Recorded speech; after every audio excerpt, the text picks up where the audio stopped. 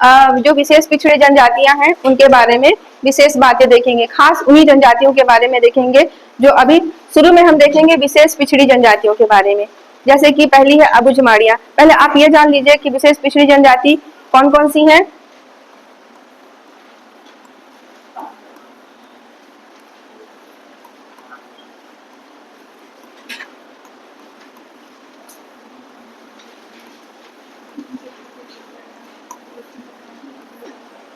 हम इससे कई बार हम देख चुके थे कि विशेष पिछड़ी जनजातियों को छत्तीसगढ़ में दर्जा दिया गया है।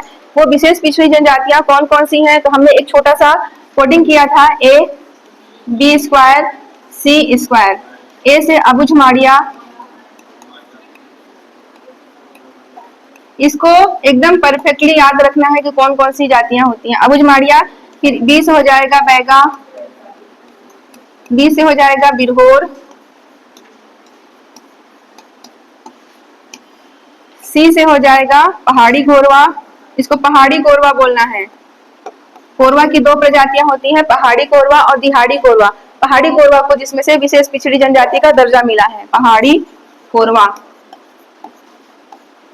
और इधर कमार। तो ये था केंद्र सरकार के द्वारा।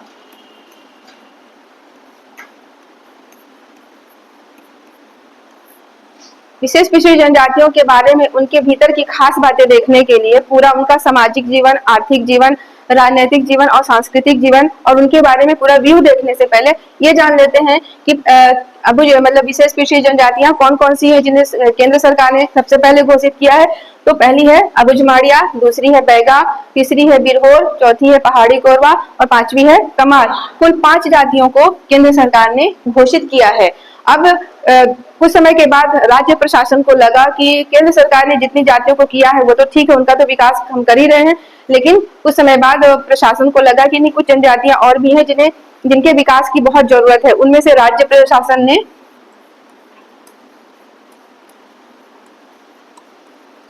राज्य प्रशासन का मतलब छत्तीसगढ़ राज्य सरकार के द्वारा यहाँ पर दो विशेष पिछड़ी जनजातियां घोषित की गई, जिसमें से एक है भुंजिया और दूसरी है पंडो। एक एक करके इनके बारे में जानना बहुत जरूरी है। इनका रहन सहन कैसा है, इनका राजनीतिक जीवन कैसा है, इनका सांस्कृतिक जीवन कैसा है, और इनके जो सामाजिक जीवन कैसा है, आर्थिक जीवन कैसा है, क्या पद्धतियां हैं इनके में। तो यहाँ पर देखिए, अगर क्वेश्चन आता है कि केंद्र सरकार द्वारा घोषित कितनी विशेष पिछड़ी जनजातियां हैं, तो आंसर होगा 5। अगर पूछा जाए कि राज्य शासन द्वारा घोषित कितनी जनजातियां, होगा 2। फिर पूछा जाए ओवरऑल कि छत्तीसगढ़ राज्य में कुल कितनी विशेष पिछड़ी जनजातियां हैं, तो हो जाएगा 7। तो आंसर तब वैसा वैसा लिया जाएगा जैसा जैसा क्वेश्चन पूछा जाएगा। फटाक से क्वेश्चन पे कूद नहीं जाना है कि पूछा है तो यही ऑप्शन होगा। ऑप्शन कई तो हो सकते हैं, लेकिन प्रश्न कैसा होगा इस पे डिपेंड करता है। इस पे 3 क्वेश्चन तुरंत बन चुके, आपने देख लिया। इसी पे कई क्वेश्चन आएंगे।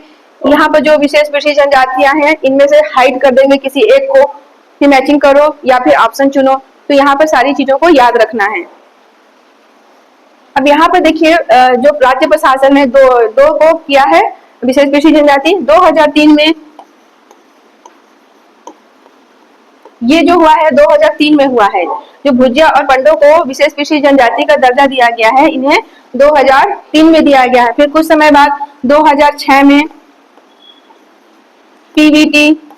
पीवीटी समूह से इनको और कुछ सुविधाएं देने के लिए राज्य सरकार ने पीवीटी से इन्हें पीवीटीजीएस का दर्जा दिया है। कुछ और भी इनको सुविधाएं दी गई हैं। इनके लिए आर्थिक, सामाजिक, राजनीतिक परिदृश्य में बहुत सारी विकास योजनाएं बनाई गई हैं। तो इतना होता है इनके बारे में ओवरऑल।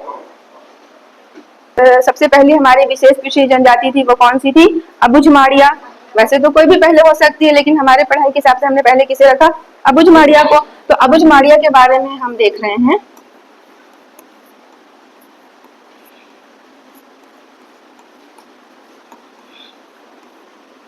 अबुझमाड़िया विशेष पिछड़ी जनजाति।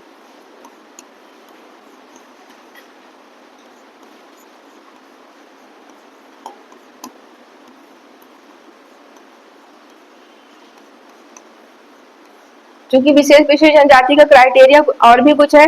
उनका जो सामाजिक रहन सहन हो वो अन्य जातियों की अपेक्षा पिछड़ा हुआ हो, वो एकदम कटा हुआ हिसाब से रहते हैं, मतलब अपने आप को दुर्गम क्षेत्रों में अलग से बसाहट में रखते हैं। और उनका क्या है, साक्षरता दर उनमें बहुत ही न्यूनतम होता है। सभी में साक्षरता दर उनमें से उच्च होगा, लेकिन इनका जो है विशेष पिछड़ी जनजातियों का साक्षरता दर वो बहुत न्यून होगा, 2% से भी कम साक्षरता दर रहेगा। उनका स्वास्थ्य संबंधी सुविधाएं भी उनसे वो अछूते रहते हैं, काफी मतलब अलगाव की स्थिति में रहते हैं। तो उनके विकास के लिए इन्हें दर्जा दिया गया विशेष पिछड़ी जनजाति का, ताकि वो जो मुख्य धारा है जनजीवन में अच्छे से चलने लगे। तो हम देख रहे हैं कि अबुझमाड़िया विशेष पिछड़ी जनजाति, इनका निवास देख लेते हैं कि छत्तीसगढ़ में इनका निवास कहाँ पर है। तो ये है पूरे छत्तीसगढ़ का मैप देख रहे हैं ओवरऑल। यहाँ पर है नारायणपुर का क्षेत्र, ये नारायणपुर का क्षेत्र है ये पूरा। यहाँ पर अबुझमाड़िया जो विशेष पिछड़ी जनजाति रहती है, यहाँ पर घने जंगलों में निवास करती है। और ये थोड़ा सा तुम्हारा यहाँ पर बीजापुर तक पहाड़ियां हैं, पहाड़ियों को तो फैलाव रोक नहीं सकते हैं, तो ये पहाड़ियों का फैलाव बीजापुर तक है, जिस अबुझमाड़ी की पहाड़ी में रहते हैं। और थोड़ा सा दंतेवाड़ा में भी निवास करते हैं। ज्यादातर कहाँ निवास करती है, अबुझमाड़ क्षेत्र नारायणपुर में रहती है। तो हमने देख लिया था कि ये नारायणपुर में बहुत ज्यादा संख्या में निवास करती हैं। और इनका जो तहसील देखा जाए तो ओरछा तहसील है। ओरछा तहसील को क्या बोला जाता है, अबुझमाड़ का प्रवेश द्वार, इसको याद रखना है। ओरछा को बोला जाता है अबुझमाड़ का प्रवेश द्वार।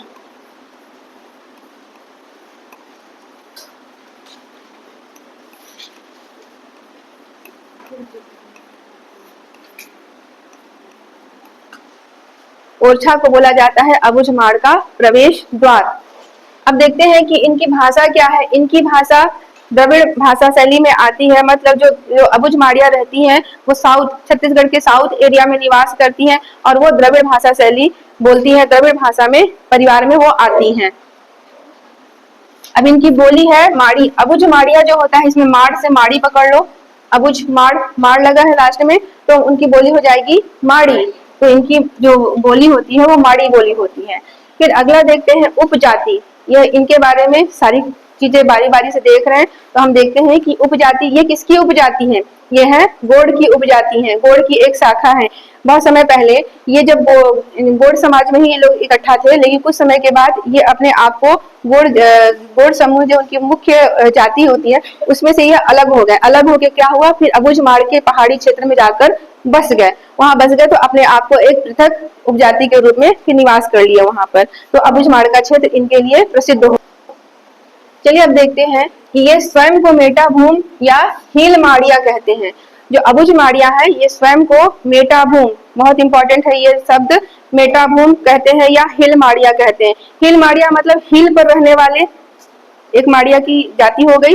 तो ये अबुझमाड़िया अपने आप को हिलमाड़िया कहते हैं। और मेटाभूम का क्या अर्थ होगा, अपनी भूमि पर जान न्यौछावर करने वाले लोग। तो यहाँ पर मेटाभूम का ये मतलब हो जाएगा।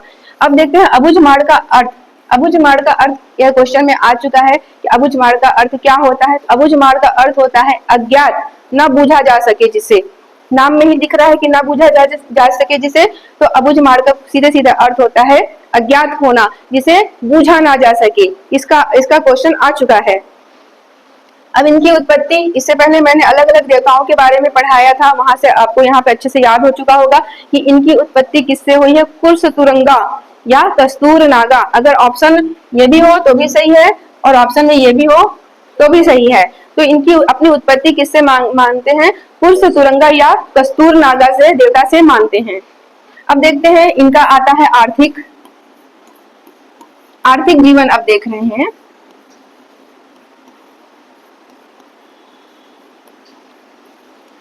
इसमें से अंदर से पूरे प्री के लिए या फिर एडीओ के लिए या जो भी आप एग्जाम दोगे, सारे क्वेश्चन आपको यहाँ से बनाने के लिए काफी पर्याप्त मिलेंगे। और जो मेंस का एग्जाम दे रहे हैं, रिटर्न में जो लिखने वाला एग्जाम दे रहे हैं, उनके लिए तो ये पूरा का पूरा बहुत इंपॉर्टेंट हो जाता है। अबुझमाड़िया के बारे में बताइए, अबुझमाड़िया के बारे में लेख लिखिए, अबुझमाड़िया के आर्थिक जीवन के बारे में बताइए, ऐसा अलग अलग क्वेश्चन आएगा।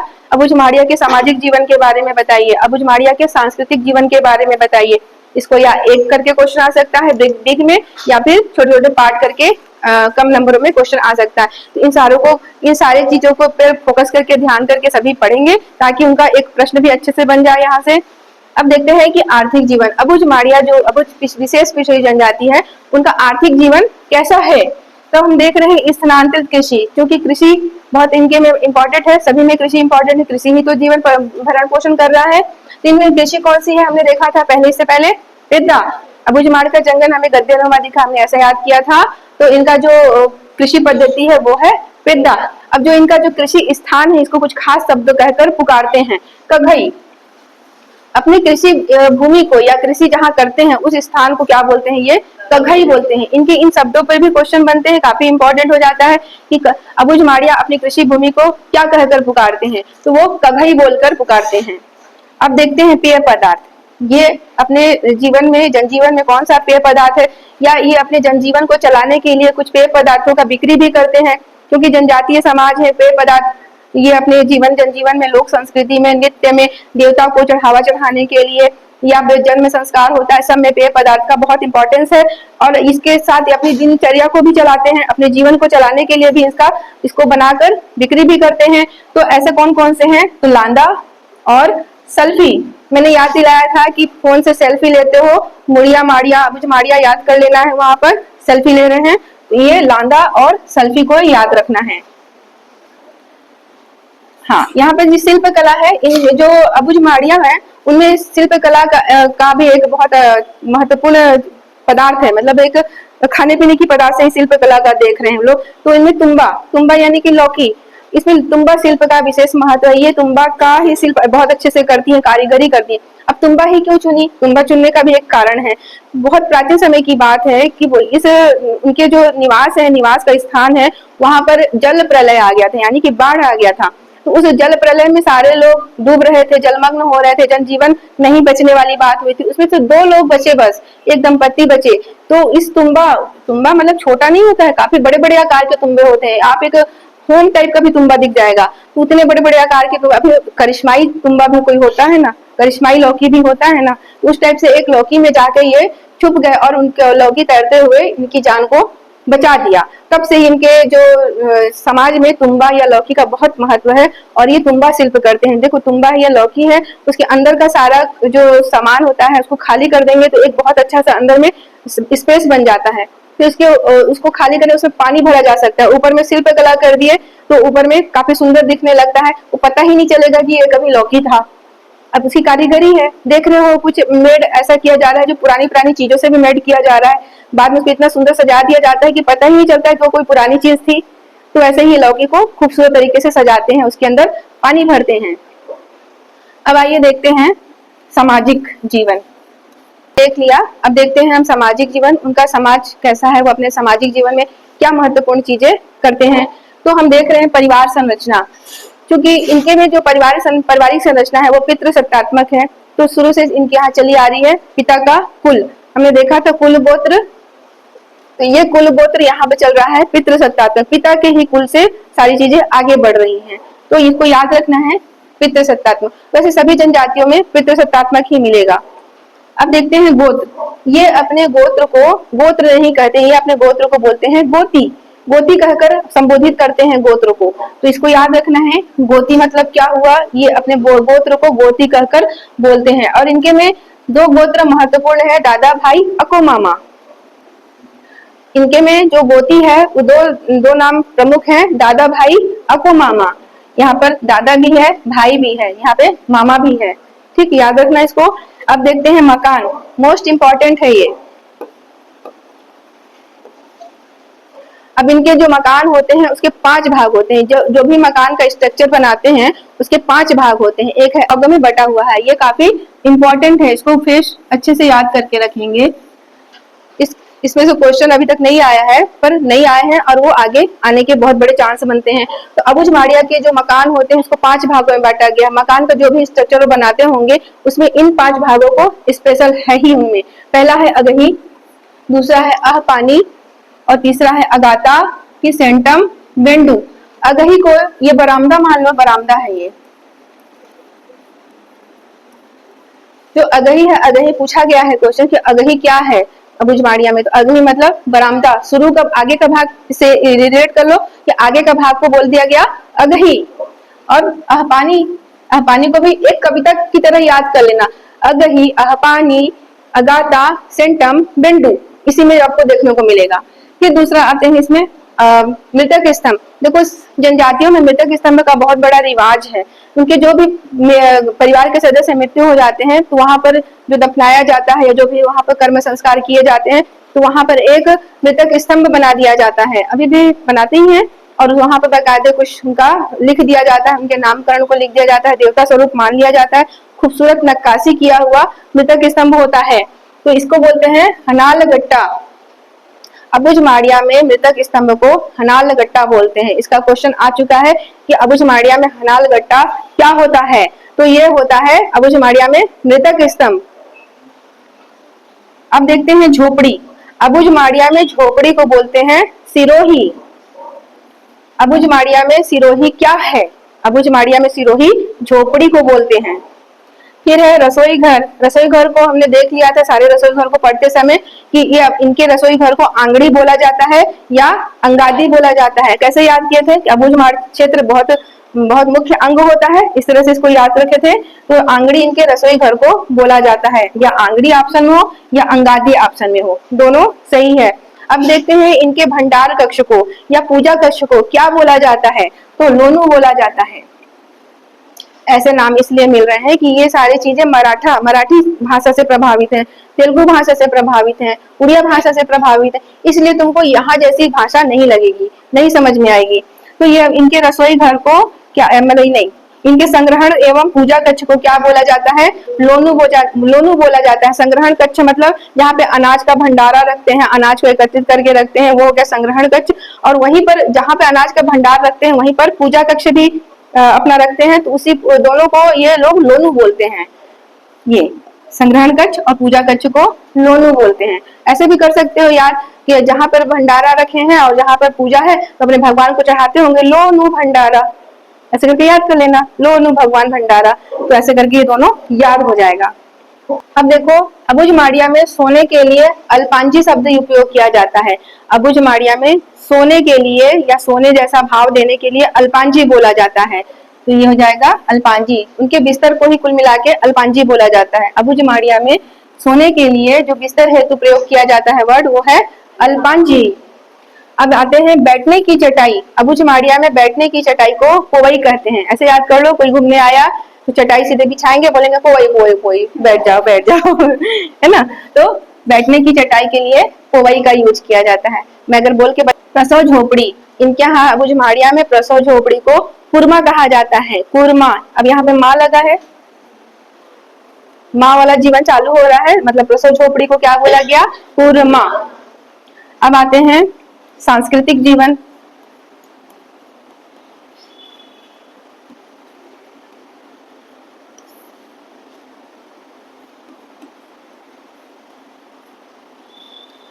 हमने देख लिया उनका इससे पहले दो जीवन पद्धति। अब हम देख रहे हैं अबुझमाड़िया का सांस्कृतिक जीवन कि उनके में कैसा सांस्कृतिक परिदृश्य है, किस तरह से नृत्य होता है, क्या है पूजा पाठ उनका, आइए देखते हैं। तो इनमें घोटुल युवाग्री प्रचलन में है और इनके घोटुल युवाग्रियों को बोलते हैं कोसी घोटुल। हमने घोटुल पढ़ा था, उस समय देखा था कि इनके में जो घोटुल अबुझमाड़िया में जिस घोटुल पद्धति को बोला जाता है उसे कोसी घोटुल बोलते हैं। इसका मतलब क्या हुआ कि अबुझमाड़िया में जो घोटुल है उसमें रात्रिकालीन नहीं रुकते हैं और वो शाम होते ही घर वापस आ जाते हैं। हमने देखा था एक लिंगीय, याद करो, भूल गए हो तो, एक लिंगीय और द्विलिंगीय देखे थे हमने।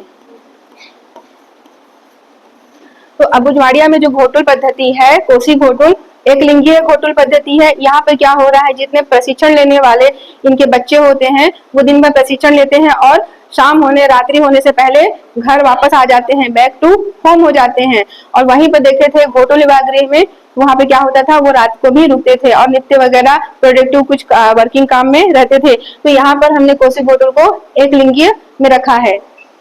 अब देखते हैं प्रमुख देवता। प्रमुख देवता हमने पढ़ा था, जब देवताओं की जब लिस्ट पढ़ी थी तो इसमें प्रमुख देवता पढ़े थे तालुर मुंतेदेव। तालुर मुंतेदेव ऐसे शब्द इसलिए हैं क्योंकि यहाँ पर तमिल का पूरा प्रभाव पड़ा हुआ है। विवाह पद्धति देख रहे हैं हम लोग। जब विवाह को जब पढ़ रहे थे, हट विवाह पढ़े थे, उसमें आया था अबुझमाड़िया का नाम हट विवाह। अब देखते हैं कि इनमें जो सहपलायन विवाह को विधेयर विवाह कहते हैं। प्रेम विवाह में हमने देखा था कि प्रेम विवाह में एक सहपलायन विवाह भी था, जिसमें इनमें विधेयर विवाह कहा जाता है। अबुझमाड़िया में सहपलायन विवाह को विधेयर विवाह कहा जाता है। एकदम ऐसी रट लेना तुम, अबुझमाड़िया में सहपलायन विवाह को विधेयर विवाह कहा जाता है। इस लाइन को ऐसे ही रटना है। तो विधेयर हमने देखा था, विधेयर कैसे था, अबुझमाड़िया में बूझ नहीं सकते हैं प्रेम संबंध में तो अपनी विधि लगा लेते हैं, ऐसे याद किया था, अपनी ही विधि लगाकर विवाह बंधन में बंध गए। प्रेम संबंध में क्या है, दूसरे की विधि काम ही नहीं आती है, अपनी विधि चलाते हैं लोग, तो अपनी विधि से विवाह बंधन हो गया। अब देखते हैं दूसरा, हट विवाह। हट विवाह में हमने देखा था 2-3 विवाह पद्धति, ढुक विवाह, उसी में आया था लिस्ट में क्या, ओडियत्ता विवाह। तो अबुझमाड़िया में हट विवाह को ओडियत्ता विवाह कहा जाता है। इस लाइन को ऐसे ही पूरा याद करना, अबुझमाड़िया में हट विवाह को ओडियत्ता विवाह कहा जाता है। और वैसे ये प्रेम विवाह है, प्रेम विवाह में अबुझमाड़िया लोग उड़ जाते हैं, ऐसे करके हम लोग याद किए थे, अबुझमाड़िया लोग उड़ जाते हैं। उड़ना ऐसा सुने होगे, उड़ गए तो काम आ जाएगा कहीं ना कहीं। अब तीसरा देखते हैं, कुमारियों का कौमार्य संस्कार। रजस्वला होने से पहले जो बच्चियों में होता है, एक कौमार्य संस्कार का उनमें आयोजन किया जाता है जो प्रथा में शामिल है। तो कुमारियों का कौमार्य संस्कार को कांडावरा संस्कार या पुष्प विवाह कहते हैं। मोस्ट इंपॉर्टेंट है, पुष्प विवाह किसमें प्रचलित है, तो अबुझमाड़िया में प्रचलित है। कांडावरा को क्या बोला जाता है, अबुझमाड़िया में पुष्प विवाह बोला जाता है। ये सारी चीजों को याद रखेंगे। अबुझमाड़िया में कौमार्य संस्कार को कांडावरा संस्कार या पुष्प विवाह संस्कार बोला जाता है, ये काफी इंपॉर्टेंट है। अब देखते हैं, अबुझमाड़िया में वधु मूल्य को क्या बोला जाता है, सुख देना बोला जाता है। हमने पहले भी देखा था, कई जनजातियों में सुख देना प्रचलित है, खासकर अबुझमाड़िया में भी इस वर्ड का उपयोग किया जाता है कि जो वधु मूल्य प्रथा इनमें चल रही है, उस वधु मूल्य को क्या बोलते हैं, सुख देना। वधु मूल्य क्या होता है, जो भी वधु पक्ष होता है उसको वर पक्ष कुछ रुपए देता है, जितना उसने कहा है कि वधु मूल्य देंगे तो कुछ उसको रुपए देगा। रुपए नहीं दे सकता है तो कुछ संपत्ति का हिस्सा देगा, वो भी अगर नहीं दे सकता है तो या अथवा है ना, ये वो भी नहीं दे सकते तो कुछ खाद्य पदार्थ देंगे। जैसे कई जनजातियों में कुछ खाद्य पदार्थों का विशेष महत्व होता है, धान दे दिए, चावल दे दिए या उड़द दाल दे दिए, इस टाइप से कई खाद्य पदार्थ दे दिए।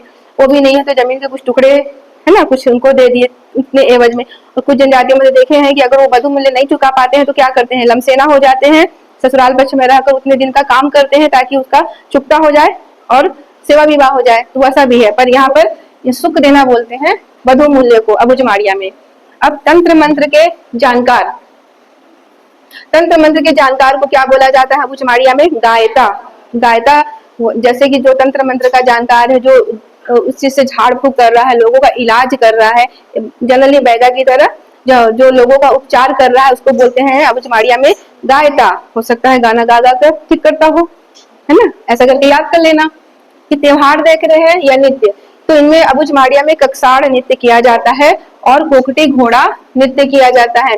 कक्साड़ नृत्य को तुमने देखा था कि उस मांदरी वाले घोटू वाले में भी मिला था तुमको, तो यहाँ पे ड़ को याद रख लेना, ड़ को यहाँ पे याद रख लेना। अबुझमाड़िया का ड़ आ रहा है, कक्साड़ का ड़ आ रहा है, क्वेश्चन में कई बार आ चुका है ये वाला, यहाँ पे ऐड करना जरूरी था।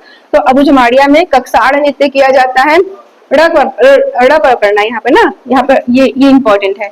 कक्साड़ नृत्य किया जाता है और कोकटी घोड़ा नृत्य किया जाता था। हमने नृत्य में याद किया था ना कि अबुझमाड़ के जंगल में पैदल नहीं जाना है, ये तो कोकटी घोड़ा खरीद कर अरेंज करके उस पर बैठ कर जाना है, ऐसे करके याद किए थे ना। तो कोकटी घोड़ा नृत्य एक ही तो नृत्य है इंपॉर्टेंट, इनमें यही वाला ज्यादा इंपॉर्टेंट है। कोकटी घोड़ा नृत्य में अबुझमाड़िया में प्रचलित है। देखते हैं राजनीतिक जीवन।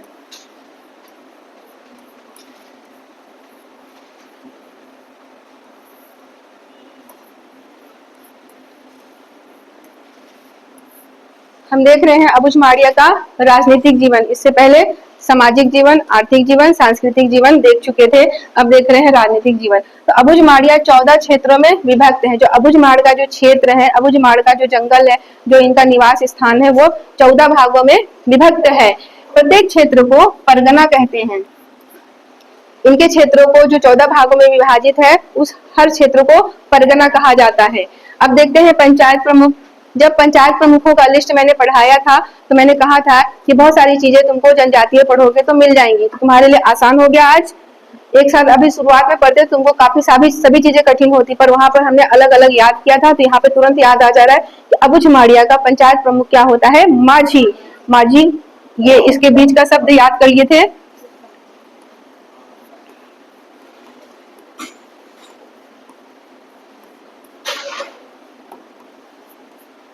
ये यहाँ से मझा झमा को याद कर लिए थे, तो बहुत आसानी से याद हो गया था कि अबुझ माड़िया के पंचायत प्रमुख को माझी बोला जाता है, और माझी के नीचे पटेल और पारा मुखिया होते हैं। क्योंकि हमने देखा था परगना 14 भागों में विभक्त है और पते को परगना बोला गया है, तो उस परगने का मुखिया को पारा मुखिया बोला जाता है। भाई एक जो ऊपर में बैठा व्यक्ति, उसके नीचे कई तो स्टाफ होंगे ही होंगे, पर हर पारा को देखने वाला एक एक स्टाफ होगा, ताकि सारी परेशानियों का हल निकाला जा सके। अकेला व्यक्ति तो कुछ भी नहीं कर सकता है, पर मुखिया को होना भी जरूरी है और नीचे वाले स्टाफ को होना भी बहुत जरूरी है। तो देखो हर स्टाफ अपने आप में इम्पोर्टेंट होता है।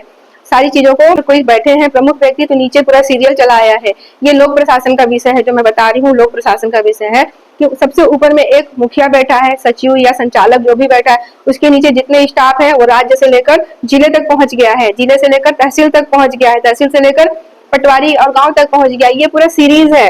इसको पढ़ोगे तुमने, जब प्रशासन पढ़ोगे ना तो पूरी सीरीज पढ़ोगे कि संचालक से लेकर गांव तक कैसी सीरीज बनती है। तो सारे काम को नीचे से लेकर ऊपर तक भी जाते हैं और ऊपर से लेकर नीचे तक भी आते हैं। जब कोई आदेश ऊपर निकलता है तो उस आदेश का प्रसारण कहाँ तक होता है, हर व्यक्ति तक पहुंचता है। कहाँ से आता है? एक सीरीज से आता है, फैक्स कर देते हैं, उस ऑफिस में पहुंचता है, उस ऑफिस का फैक्स नीचे वालों को दे देते हैं, वहां पहुंचता है, फिर योजनाएं उनके लिए लागू हो जाती हैं। फिर नीचे वाला कोई जानकारी बनाता है तो देता है मीडिएटर ऑफिस को देता है, फिर नीचे वाला बीच वाला ऊपर ऑफिस को देता है, फिर वो अपने ऊपर पहुंचाता है। इस तरह से एक सीरीज बना हुआ है। एक से इकट्ठा तो हो नहीं पाता है, ऊपर से सीधे डायरेक्ट गांव में हो ही नहीं पाएगा। तो यहाँ पर ऐसे ही है कि पंचायत प्रमुख होते हैं, उनके नीचे पारा मुखिया होते हैं, ताकि सारी चीजों का निराकरण हो सके। अब देखो अंतिम में हम देखते हैं कि यहाँ पर जो द अबुझ माड़िया पुस्तक लिखी गई थी, द अबुझ माड़िया पुस्तक किसने लिखी थी? टीबी नायक ने लिखी थी। हमने देखा था शुरू में पुस्तकों के बारे में पढ़ते समय कि टीबी नायक ने द अबुझ माड़िया पुस्तक लिखी थी। ये सारे जनजीवन को उन्होंने अपनी पुस्तकों में बहुत अच्छे से लिखा है। क्योंकि ये तो पीएचडी का विषय है, तो अबुझ माड़िया के बारे में टीबी नायक ने बहुत अच्छे से लिखा है। तो इस प्रकार अबुझ माड़िया की सारे जीवन पद्धति को अच्छे से याद रखना है, और मेंस के हिसाब से ये बहुत इंपॉर्टेंट है और भी, क्योंकि उनके पूरी चीजों को लिखना पड़ेगा। और प्री के हिसाब से या वन डे हिसाब से जो एडीओ का एग्जाम दे रहे हो, यहाँ से बीच बीच से उठने वाले प्रमुख प्रमुख सवाल होते हैं यहाँ पर। तो अपनी तैयारी को अच्छे से रखना, इसको एक बार नहीं तो 3 बार पढ़ना, क्योंकि शब्द कैसे हैं? तमिल तेलुगु वाले शब्द हैं, मराठी वाले शब्द मिलेंगे तुमको यहाँ पर, तो वहाँ के शब्दों का थोड़ा सा मेल हो जाता है, तो चीजें थोड़ी सी हार्ड हो जाती हैं यहाँ पे।